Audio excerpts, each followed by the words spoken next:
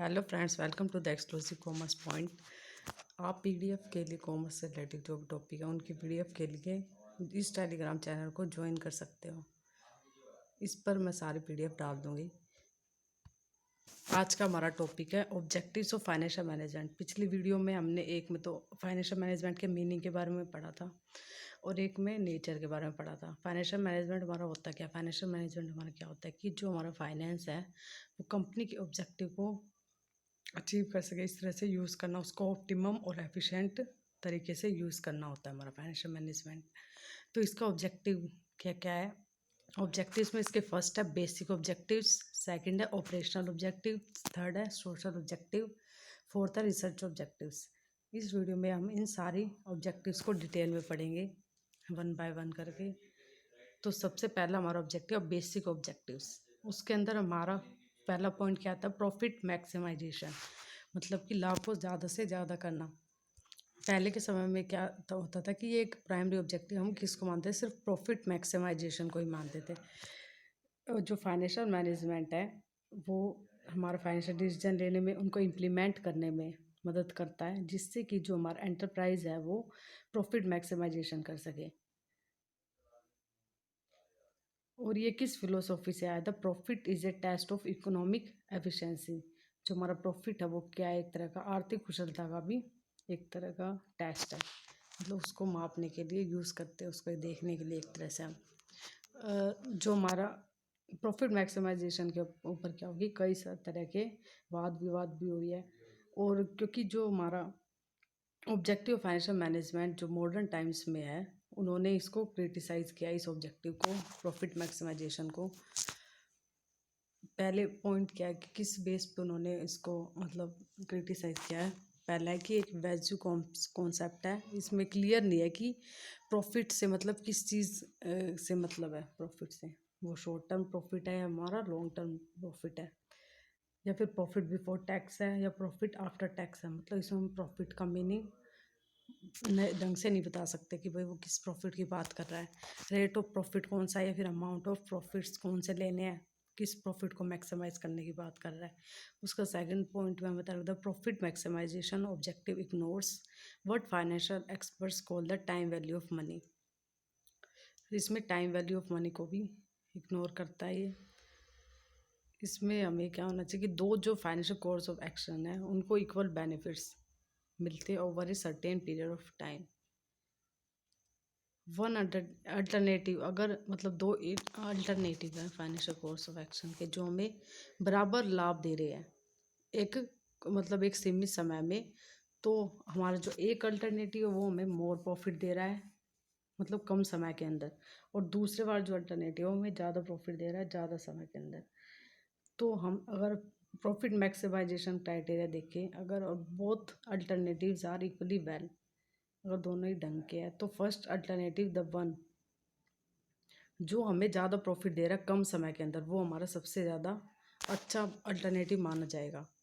और दूसरे वाला जो अल्टरनेटिव जिसमें जो हमारे प्रॉफिट है वो सबसे पहले रिसीव हो जाएंगे, तो हम उनको री इन्वेस्ट भी कर सकते हैं। तो ये वाला जो अल्टरनेटिव वो ज़्यादा अच्छा माना गया। और जो सेकंड अल्टरनेटिव है वो उसमें क्या है कि मोर प्रॉफिट तो मिल रहा है लेकिन ज़्यादा समय के बाद मिल रहा है, तो इसको हम कम वैल्यू दे रहे हैं, क्योंकि टाइम वैल्यू ऑफ प्रॉफिट जो है वो पहले वाले में ज़्यादा है, मतलब उसमें टाइम वैल्यू ऑफ मनी को भी माना गया है। तो इसलिए जो हमारा फर्स्ट अल्टरनेटिव है उसको बेस्ट माना गया है। तो इसके अंदर कई जगह जो है टाइम वैल्यू ऑफ मनी को भी इग्नोर किया गया है, प्रॉफिट मैक्सिमाइजेशन पर ही ध्यान दिया गया है। तो इसमें बताया गया है कि हमें क्या करना चाहिए, मतलब किस तरह का अल्टरनेटिव ज़्यादा यूज़फुल माना गया है। इस सब जो हमारी पहले वाला ऑब्जेक्टिव है इसके अंदर जो प्रॉफिट मैक्सिमाइजेशन वाला है इसके अंदर टाइम वैल्यू ऑफ मनी को इग्नोर किया गया, लेकिन हमें इसको भी ध्यान में रखना चाहिए। उसके बाद हमारा थर्ड है the profit maximization objective ignores the quality of benefits, यानी कि प्रॉफिट्स, मतलब कि जो हमें किस तरह के बेनिफिट मिल रहे हैं। The factor implicit here is the risk element associated with profit, मतलब प्रॉफिट के साथ जो रिस्क होता है उसको भी ध्यान रखना चाहिए। Quality of benefit profit is the most when risk associated with their occurrence is the, अगर हमारा रिस्क जो है वो कम है, प्रॉफिट इससे हम जब जोड़ कर देख रहे तो हमारा रिस्क क्या होना चाहिए, कम होना चाहिए। Less profit with less risk, वो जो होता है वो सबसे ज़्यादा अच्छा माना जाता है। मोर प्रॉफिट्स विद मोर रिस्क, जो ज़्यादा प्रॉफिट होता है ज़्यादा रिस्क के साथ उससे। उसके बाद हमारा जो फोर्थ पॉइंट है, profit maximisation of objective is lopsided, मतलब ये एक तरफ ही ध्यान देता है। This objective consider rather over precisely only the interest of owner, सिर्फ जो ओनर है, जो कंपनी के मेन जो फर्म के ओनर है, सिर्फ उनको ही ध्यान में रखता है, उनके हित को ही ध्यान में रखता है। इसमें जो इंटरेस्ट है अदर पार्टीज़ का, जैसे वर्कर्स, कंज्यूमर, गवर्नमेंट, सोसाइटी, इन सबको इग्नोर करता है, बल्कि इन सबको भी ध्यान में रखना चाहिए। उसके बाद है सेकंड, हमारा ऑब्जेक्टिव है वेल्थ मैक्सिमाइजेशन। अगर हम प्रॉफिट मैक्सिमाइजेशन ऑब्जेक्टिव को मतलब हटा देते हैं तो हमारा रियल बेसिक ऑब्जेक्टिव क्या आ जाएगा, हमारा वेल्थ मैक्सिमाइजेशन का, जिसको हम आज के टाइम पे कंसिडर करते हैं। वेल्थ मैक्सिमाइजेशन को हम वैल्यू मैक्सिमाइजेशन और नेट प्रेजेंट वर्थ मैक्सिमाइजेशन भी कहते हैं। वैल्यू मैक्सिमाइजेशन और नेट प्रेजेंट वर्थ मैक्सिमाइजेशन के नाम से भी जानते हैं इसको। Since wealth of owners is reflected in the market value of shares,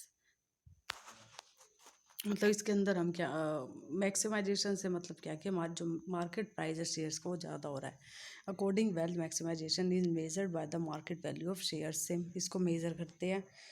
और जो वैल्यू वेल्थ मैक्सिमाइजेशन ऑब्जेक्टिव है, financial management must select to decision which create most wealth, जो ओनर्स है फर्म के उनके लिए ज़्यादा से ज़्यादा वेल्थ क्रिएट कर रही है उस डिसीजन को लेते हैं। If two or more financial courses of action are mutually exclusive, जिसमें सिर्फ हम एक ही ले सकते हैं डिसीज़न को, तो उस डिसीज़न में हम जो सबसे ज़्यादा वेल्थ क्रिएट करेगा, मतलब जो हमारी जितनी भी उसकी शेयर्स की वैल्यू वो बढ़ा रहा है, सिर्फ हम उसी अल्टरनेटिव को चूज़ करेंगे। उसके बाद जो वेल्थ अराइजिंग फ्रॉम में, इसको हम कैसे निकालते हैं वेल्थ हमारे किसके को, तो gross present worth of a financial course of action minus कर देंगे उसमें से amount of capital invested which is required to achieve the benefits, मतलब जितनी हमारी प्रेजेंट वर्थ हो रही है, मतलब इसके अंदर हम gross present worth of financial course of action किसके बराबर होगी, हमारी capitalized value of flow of expected future benefits, यानी जो हमारे आगे जो है हमारे कैश फ्लोज होंगे फ्यूचर में उसके बराबर होगी, मतलब उसको ही माना जाता है एक तरह से। Which are discounted at a rate of, जो डिस्काउंट की हुई होती है, जिसके अंदर क्या होता है दोनों चीज़ आते हैं, टाइम वैल्यू ऑफ मनी और रिस्क भी, जिसमें दोनों चीज़ों को ध्यान में रखते हैं कैश फ्लोज के अंदर। उसके बाद है the wealth rising from financial course of action, इसको हम कैसे कैलकुलेट करते हैं, वेल्थ हम कैलकुलेट करते हैं जो हमारा A1 और A2 जो है वो हमारे क्या है कि कैश फ्लोज कितने हो रहे हैं फ्यूचर, मतलब जो हमें आगे आएंगे। और K हमारा क्या है कि डिस्काउंट रेट है, जो हमें टाइम वैल्यू ऑफ मनी और जो हमारे रिस्क है उसको बता रहा है। उसके बाद सी हमारा जो किसके लिए डिनोट हो रहा है, इनिशियल कैपिटल आउटले, मतलब जो भी हम फाइनेंशियल डिसीजन ले रहे हैं या कार्य कर रहे हैं तो उसका जो शुरू में जितनी कॉस्ट लग रही है, इनिशियल कैपिटल आउटले कितना है, तो इसको हम वेल्थ कैसे निकालेंगे, A1 divide by 1+K plus A2 divide by 1+K2, मतलब ऐसे ही सबको जोड़ देंगे जो हमारे फ्यूचर में जितने भी हो रहे हैं और उसमें से माइनस कर देंगे इनिशियल कैपिटल आउटले को। उसके बाद the wealth maximization objective is सबसे ज़्यादा सुपीरियर माना गया है ये प्रॉफिट मैक्सिमाइजेशन ऑब्जेक्टिव पर। किसकी वजह से, कौन कौन से कारण है इसके, क्योंकि ये हमारा कैश फ्लो के डिसीजन पर बेस्ड है, मतलब कैश फ्लो को यूज़ कर लिया है इसमें, विच इज़ मोर डेफिनेट, जो कि प्रॉफिट से ज़्यादा अच्छा माना गया है। और मैनेजमेंट इंटरेस्टेड भी इसमें ज़्यादा होता है जो हमारे कैश फ्लोज होते हैं, क्योंकि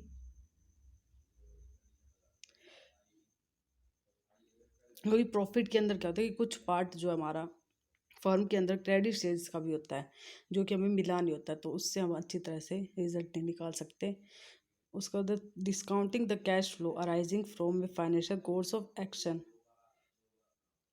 over a period of time at an appropriate discount rate, the wealth maximize approach consider, इसके अंदर हम दोनों चीज़ें कंसिडर कर रहे हैं, टाइम वैल्यू ऑफ मनी और जो हमारे रिस्क है यानी क्वालिटी ऑफ बेनिफिट्स क्या क्या, तो इसमें दोनों चीज़ों को हम यूज़ करें जो हम प्रॉफिट मैक्सिमाइजेशन में यूज़ नहीं कर रहे थे।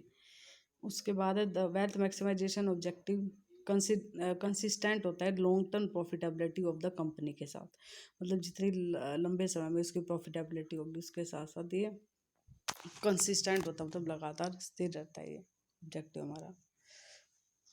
उसके बाद सेकंड है ऑपरेशनल ऑब्जेक्टिव।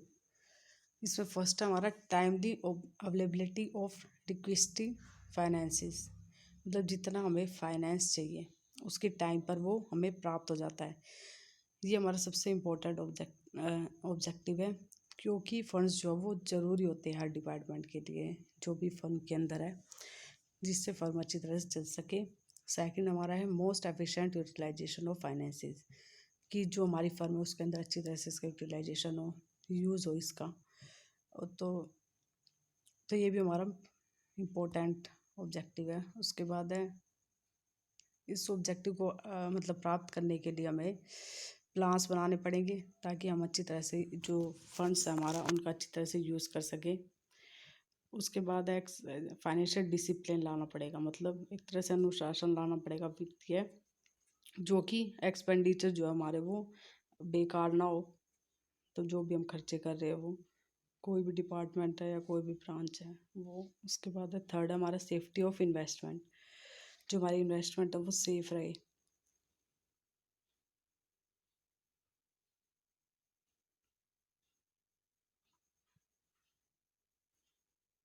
जो हमारी जहाँ पे हमने इन्वेस्टमेंट कर रखी है वो हमारी बेशक कम रिटर्न दे रही हो, लेकिन वो सेफ होनी चाहिए। अगर हमारी इन्वेस्टमेंट डूब जाती है, वो हमारे उससे हमारी कैपिटल क्या होगा, कम ही होगा, बढ़ेगी नहीं।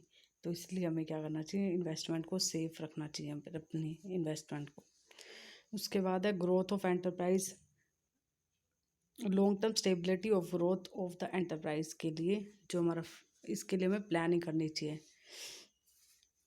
जो हमारा फाइनेंस है तो वो हमेशा लिमिटेड होता है, तो उसको हमें इस तरह से यूटिलाइज करना चाहिए कि वो हमारे शॉर्ट टर्म बेनिफिट्स अवेलेबल ना हो सिर्फ, बल्कि जो लॉन्ग टर्म के लिए भी हमारा ढंग से मतलब काम चल सके लॉन्ग टर्म तक। उसके बाद थर्ड है सोशल ऑब्जेक्टिव। इसके अंदर फर्स्ट है हमारा टाइमली पेमेंट ऑफ इंटरेस्ट,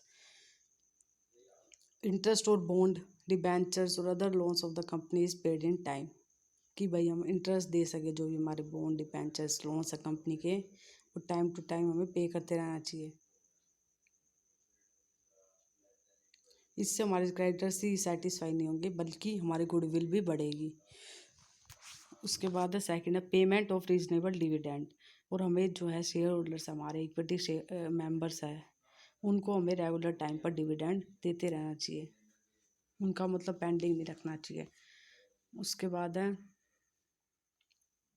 इसके दो कारण हैं, क्योंकि ये हमें क्या करेगा, मतलब हमारी जो कॉम्पिटिटिव इमेज है उसको बनाए रखेगा कंपनी की, और जो हमारे फंड्स है कंपनी के वो प्रॉफिटेबल ऑपरेशंस में लगे रहेंगे, मतलब वो भी अच्छी तरह से मतलब वसूल मतलब कंपेंसेट होते रहेंगे। मतलब जिसके फंड्स जो है कंपनी ने ले रखे हैं, वो अगर जिससे वो प्रॉफिटेबल ऑपरेशन कर दिया उस फंड से, तो वो भी क्या है अच्छी तरह से क्या होता रहेगा, कंपनसेट होता रहेगा, मतलब उनका अच्छी तरह से यूज़ होता रहेगा। उसके बाद थर्ड है टाइमली पेमेंट ऑफ वेजेस। इसके अंदर हमें जो हमारे वर्कर्स हैं उनको टाइम टू टाइम पेमेंट करते रहना चाहिए, जिससे हमारी लेबर फोर्स क्या है सेटिस्फाई रहेगी और ढंग से काम भी करती रहेगी, मोटिवेट भी रहेगी। नहीं तो अगर हम टाइम पर पे नहीं करते तो हमारा जो पेमेंट और वेजेस एक्ट है उसके अकॉर्डिंग मतलब कंपनी को कुछ ना कुछ फेस भी करना पड़ सकता है, तो इसकी वजह से उसे टाइम पे पेमेंट कर देना चाहिए। फोर्थ हमारा फेयर सेटलमेंट विद सप्लायर्स, जो भी फाइनेंशियल मैनेजमेंट है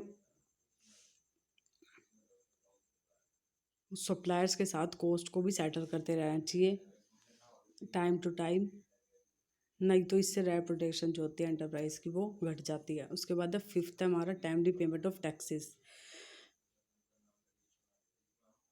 टाइमली पेमेंट करनी चाहिए जो भी टैक्सेस है गवर्नमेंट को, ताकि हमारे जो लीगल कंसिक्वेंस है मतलब कुछ भी परिणाम ना भुगतने पड़े कानूनी।